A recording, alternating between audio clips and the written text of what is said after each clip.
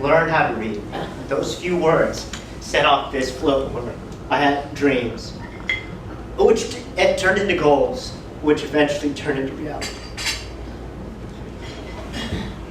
And every day, I take these goals with me, thinking of what my mother has taught me, and do everything I can to turn them into a reality. And I know without her, I wouldn't be here today, capable of everything I've done. Thank you so much. Wow, that's great. Teach us. Awesome. So for those of you, this is calculus. So, well, a math lesson. Well, the thing you need to understand is anything if you divide 1 by 0, you get something that does not exist. And so what my mom's taught me is, what the path to success is what people think. They think it's a straight line. But I'm going to tell you there is no single path to success. My mom taught me this, that success is actually whatever the heck this is. It's certainly not a linear line. It's actually many bumps, many roadblocks, many turns. But what matters most is not the goal, it's the journey. And thanks to my mother, my journey has been a very wonderful place, a very much educational place. And I wouldn't give it for the world. Now, I'm at 21, I'm obviously still continuing my journey, and I'm not even close to finished, hopefully. But with the knowledge that there is no one way to success, that success is determined by the opportunities you're given, and not only that, what you do with those opportunities. I know, even if I may be right here, right now, not 100% sure what I'm going to do, I know I'm going to get here, some way or another, thanks to the lessons my mother has taught me. And so a few more words. What do you have here? You have masterpiece, sense, always, balance, imaging, dazzle. Many, many words that I've taken because I learned how to read, which set off a domino effect to where I am today. Biomedical engineer, 4th year in college, a senior already. I don't know where time's gone. But at the end of the day, I figured a few words that matter most. And if you remember, a few words is 3. But these aren't words, this is an acronym. I mean, engineers love acronyms, right? And what these acronyms stand for are, I love you.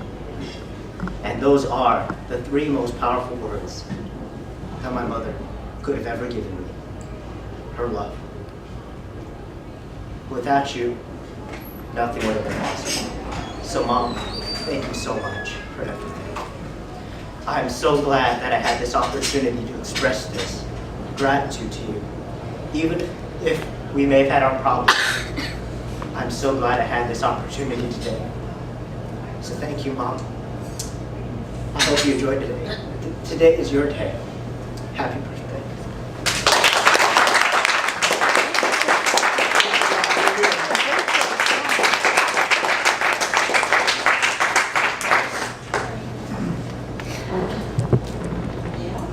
Nice job, Greg. Thank you. All right, can you set that up?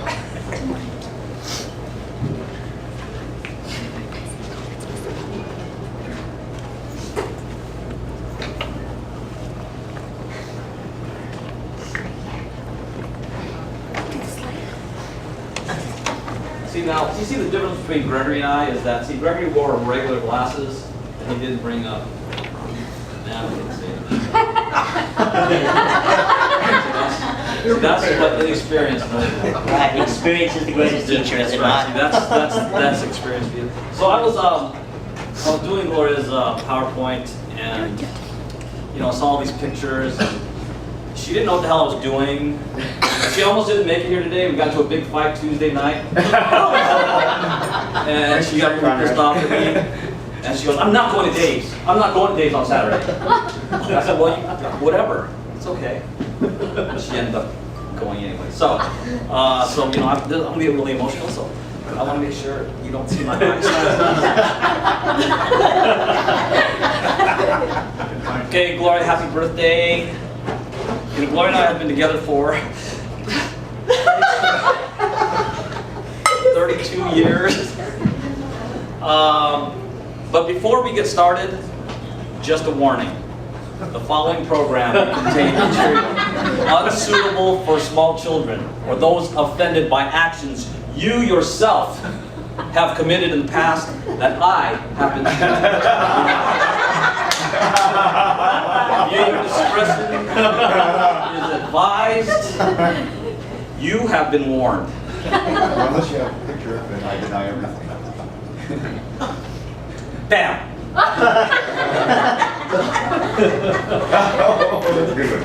That's Gloria at the castle.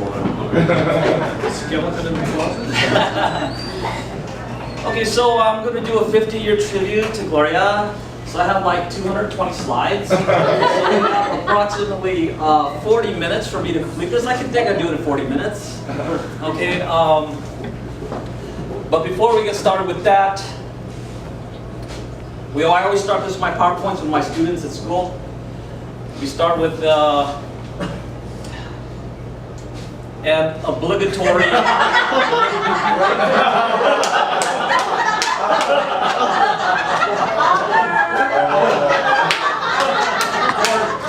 You would have saved that for the wedding. Trust me, Greg, I have better ones to say for the wedding. This is the least. This is the least of them, okay? I have better ones waiting for the wedding. You think I'm going to waste that? That's his birthday. So Gloria and I met in June 1981. Yeah, there she is eating, what, hamburger helper, Gloria? If you don't know the story, what happened was my friend Leonard Muse asked me to go to Del Taco, and I told him, look, Leonard, I'm not really a Del Taco guy, I'm really like a Taco Bell guy. And he says, well, you know what, I'm buying. He says, I'm buying. He says, oh, you're buying? I really like Del Taco. Went to Del Taco, and there was Gloria, you know, this beautiful ravishing thing, braces, hat. And I ordered a combo cup. If you don't know what a combo cup is half ground beef and half refried beans. Gloria put in 3/4 ground beef and only 1/4 refried beans. So I knew right then and there, I knew she was digging on me.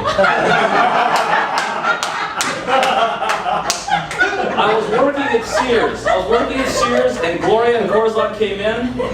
I thought Corazon was her mother.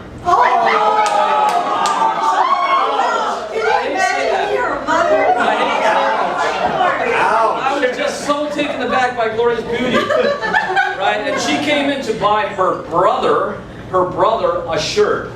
I later found out that was for her boyfriend. So what happened? She found me working there. She was so attracted to this god that she ended up applying for a job and getting a job at Sears. So Gloria was working upstairs in the linen department. I was downstairs in the men's department. I would be ringing up customers. I'd look up, Gloria would be over the rail.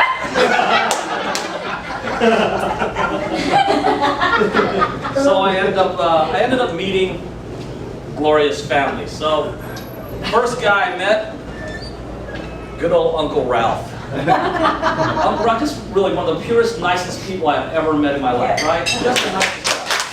Well, he hasn't changed. He has not changed.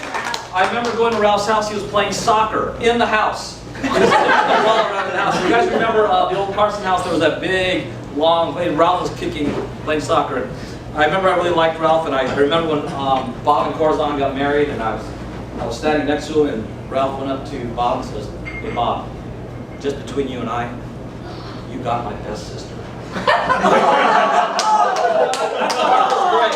I really appreciate that. I really appreciate that.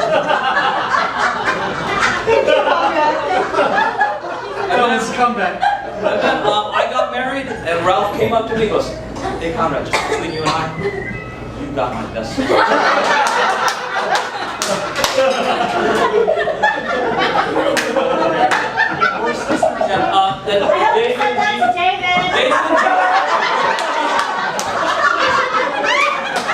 David and Jeannie, during their wedding, I heard Ralph go to Dave, just between you and I, you got it. So I'm just curious. I'm just curious. Chill. Has Ralph ever...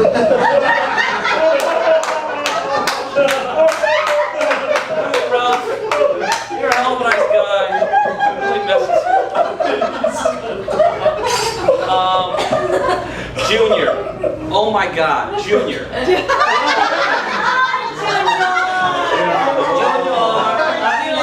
Junior Habibi. Fat Pumperella.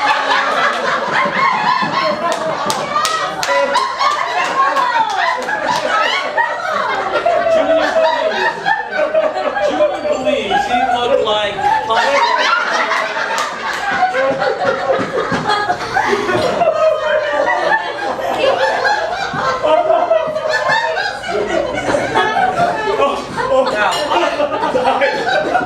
When I first met Junior, I always thought he was like the enforcer in the family. You know, the guy was always staring at me, he was like giving me a hard look.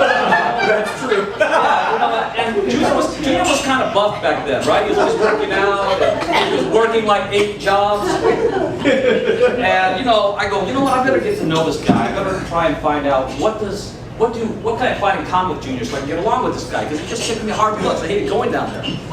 So I found out he liked wrestling. I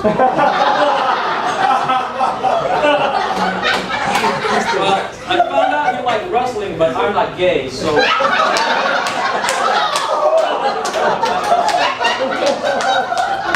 So, okay, well, he liked to roll the dice. He liked gambling, so I was really into that. But he really liked rolling the dice a lot. A lot. And I was correct. I was going to tell you about how he